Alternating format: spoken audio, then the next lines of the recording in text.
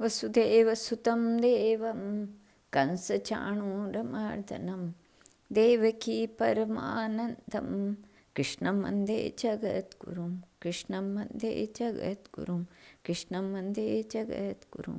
श्री नामदेव जी। श्री नामदेव जी बचपन में खिलौने से खेलते थे। आप खेल में ही भगवान की सेवा पूजा करते थे। वे किसी काष्ठ या पाषाण की मूर्ति बना लेते और फिर उसे बड़े प्रेम से वस्त्र पहनाते, भोग लगाते, घंटा बजाते तथा नेत्र बंद करके मन में अच्छी तरह भगवान का ध्यान करते। वे जैसे जैसे इन कार्यों को करते थे वैसे वैसे ये अत्यंत सुख पाते थे। प्रेमवश उनके नेत्रों में जल भर जाता। नामदेव जी अपने नाना वामदेव जी से बार बार कहते कि भगवान की सेवा मुझे दे दीजिए, सेवा मुझे बहुत प्यारी लगती है। इस प्रकार नामदेव जी ने बार बार कहा। कुछ समय बाद वामदेव जी नामदेव से कहा कि मैं एक गांव को जाऊंगा और 3 दिन में लौट आऊँगा। तब तक तुम भगवान की सेवा करना और भगवान को दूध पिलाना, स्वयं मत पी जाना। यदि अच्छी प्रकार से 3 दिन सेवा करोगे तो तुम्हें ही सेवा सौंप दी जाएगी। नामदेव जी के हृदय में सेवा प्राप्त करने की लालसा बढ़ी। वे नाना जी से बार बार पूछते थे कि अभी आप गए नहीं। एक दिन नाना जी बाहर गांव जाने का समय आ गया। वे चले गए। नामदेव जी ने अच्छी तरह देखभाल कर कढ़ाई में 2 सेर दूध डाला और मन में निश्चय किया कि दूध को उठाकर अति उत्तम बनाऊंगा, जिससे प्रसन्न होकर प्रभु पी लेंगे। श्री नामदेव जी के हृदय में प्रेम की बड़ी भारी उमंग थी। उन्हें चिंता थी कि सेवा में कोई त्रुटि न हो जाए। बालक नामदेव जी दूध उठाकर उसे एक सुंदर कटोरे में भरकर भगवान के समीप ले गए। दूध में इलायची और मिश्री मिलाई, दूध पिलाने की आशा से पर्दा कर दिया। कुछ देर प्रेम की लंबी सांस से भरते रहे। फिर पर्दा हटाकर देखा तो दूध भरा कटोरा ज्यों का त्यों रखा था। इससे इनके मन में बड़ी निराशा हुई और भगवान से प्रार्थना करने लगे कि प्रभु आप दूध पीकर तृप्त हो जाएं। श्री नामदेव जी भगवान को दूध भोग लगाते और यह देखते कि भगवान ने दूध नहीं पिया।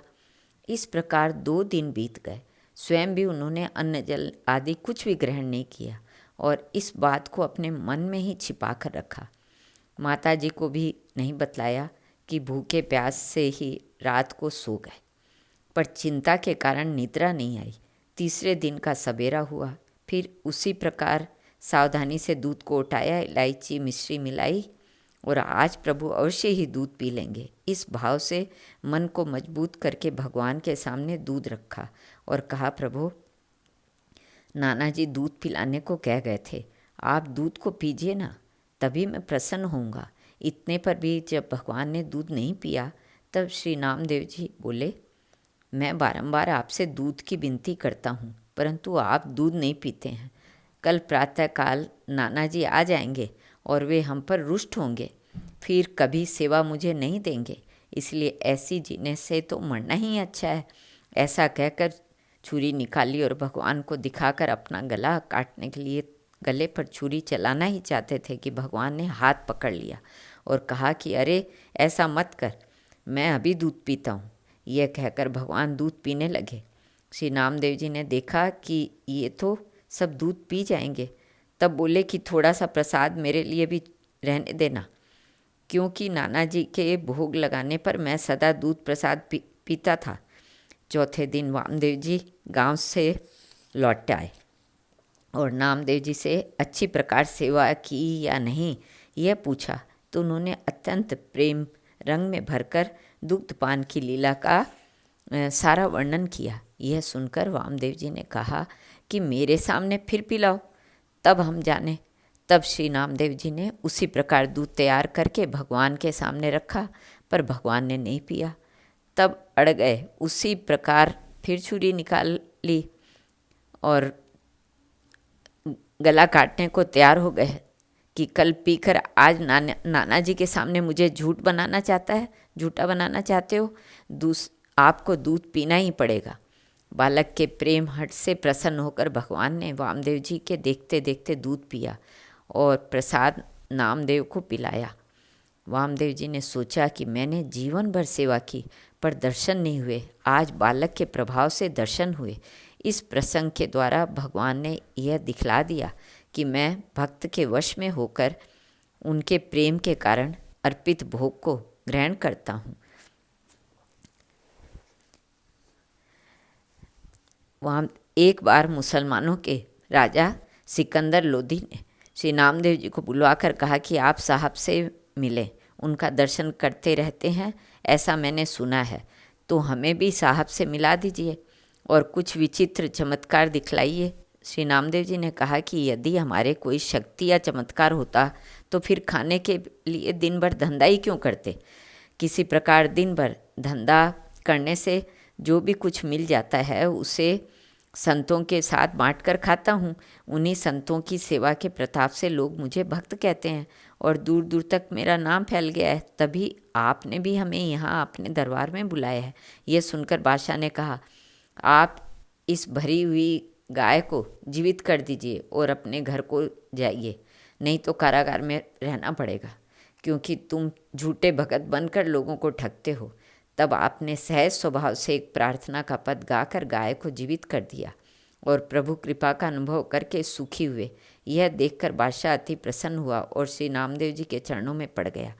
यह विचित्र चमत्कार देखकर बादशाह ने श्री नामदेव जी से कहा कि आप कृपा करके कोई देश या गांव ले लीजिए जिससे मेरा भी कुछ नाम हो जाए।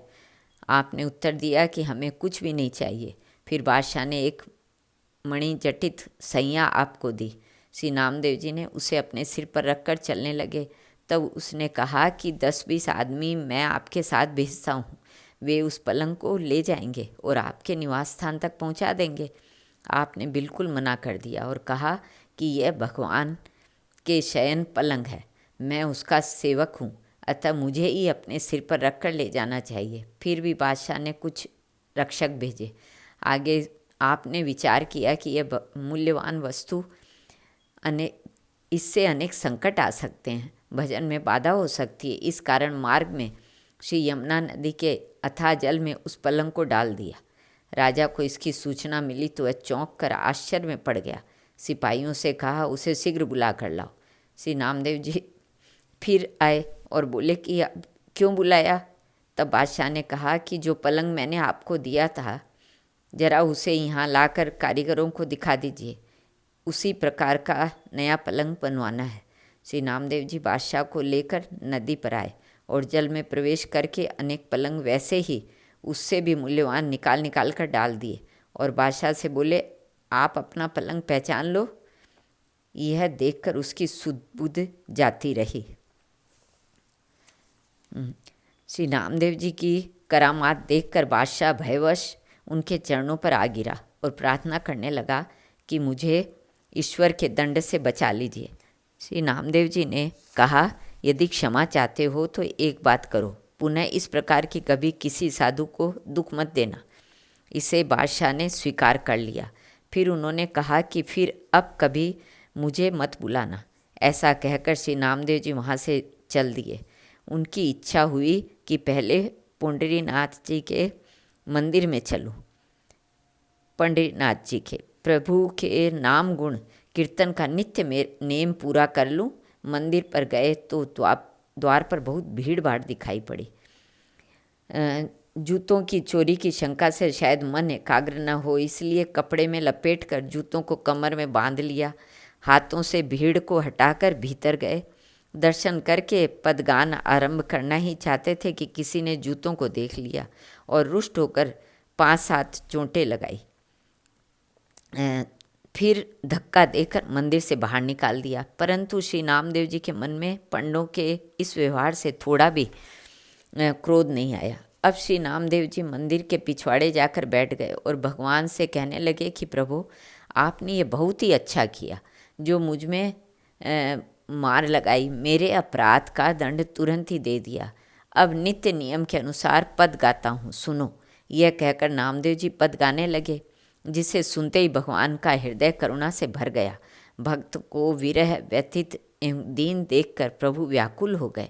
संपूर्ण मंदिर को घुमाकर श्री नामदेव जी की ओर द्वार कर दिया। यह देखकर जितने भी वेद पाठी पंडा पुजारी थे सबके मुख की कांति क्षीण हो गई, सब फीके पड़ गए।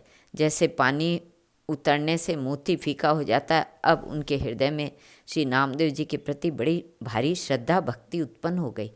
सबों ने श्री नामदेव जी के सुख देने वाले चरणों में गिरकर क्षमा याचना की। उन्हें प्रसन्न देखकर सबको शांति प्राप्त हुई। सर्वत्र भगवत दर्शन। एक बार अकस्मात ही सायंकाल में श्री नामदेव जी के घर में आग लग गई, पर आप तो जल थल और अग्नि में सरत अपने प्यारे प्रभु को देखते थे। अतः अपने घर में जो दूसरे सुंदर पदार्थ घी गुड़ आदि जलने से रह गए थे, उन्हें भी उठा उठाकर जलती हुई आग में डालते हुए प्रार्थना करने लगे, हे नाथ, इन सब वस्तुओं को भी स्वीकार कीजिए।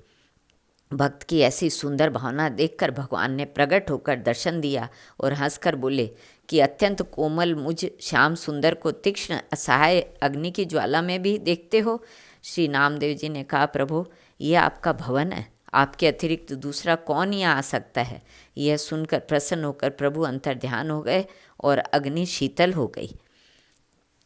बोलो भक्त और भगवान की जय। श्री कृष्ण अर्पण।